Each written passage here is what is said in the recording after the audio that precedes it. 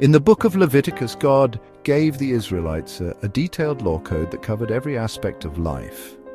These laws reflect God's holiness and set apart the people of Israel to live according to His will.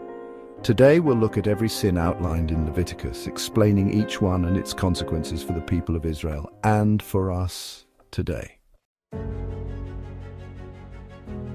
Unauthorized fire, sin offering strange or unauthorized fire before God. Explanation: Nadab and Abihu, sons of Aaron, offered incense that was not commanded, violating the sacredness of God's instructions. Punishment: both were consumed by fire from the Lord. Sacrificing to other gods. Sin: sacrificing to idols or goat demons. Explanation: offering sacrifices to anyone but God was forbidden, as it defiled the Israelites' covenant with God. Punishment: those who did this were to be cut off from the people of Israel. Eating blood. Sin: consuming blood from any animal. Explanation: blood was sacred, representing life, and was to be used for atonement, not for consumption. Punishment: the person was to be cut off from the people of Israel. Consulting mediums and spiritists. Sin: seeking spiritual guidance from mediums, necromancers, or spiritists.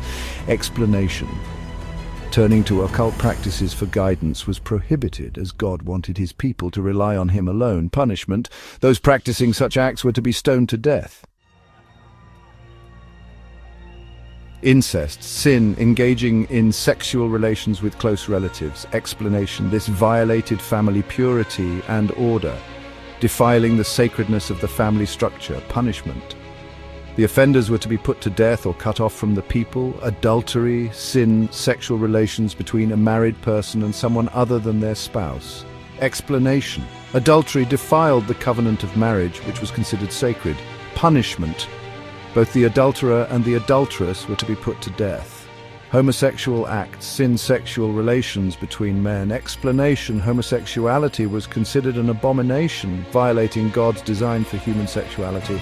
Punishment: both individuals were to be put to death. Bestiality: sin: sexual relations with animals. Explanation: this perverted the natural order created by God and was seen as a grave defilement. Punishment: both the individual and the animal were to be put to death. Sexual relations during menstruation. Sin: having sexual relations with a woman during her menstrual period. Explanation: this act was considered defiling, as menstruation was seen as a time of ritual impurity.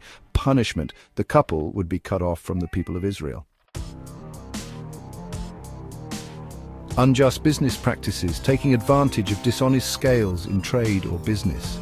This sin involves manipulating measurements to cheat others in transactions. The punishment for this offense was a rebuke and the requirement to make restitution.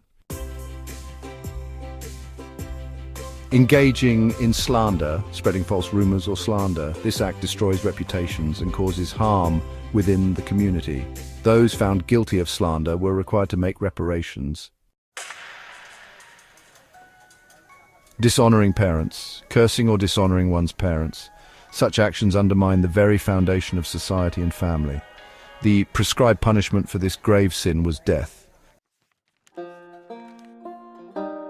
The laws given in Leviticus reflect God's desire for His people to live holy lives, set apart and distinct from the surrounding nations. These laws were meant to maintain purity, justice, and a special relationship with the Creator. While the specific civil and ceremonial laws do not apply to Christians under the new covenant through Jesus Christ, the moral laws still point us to God's standard of holiness. As we reflect on these ancient commands, we are reminded of the call to live in holiness and reverence before God.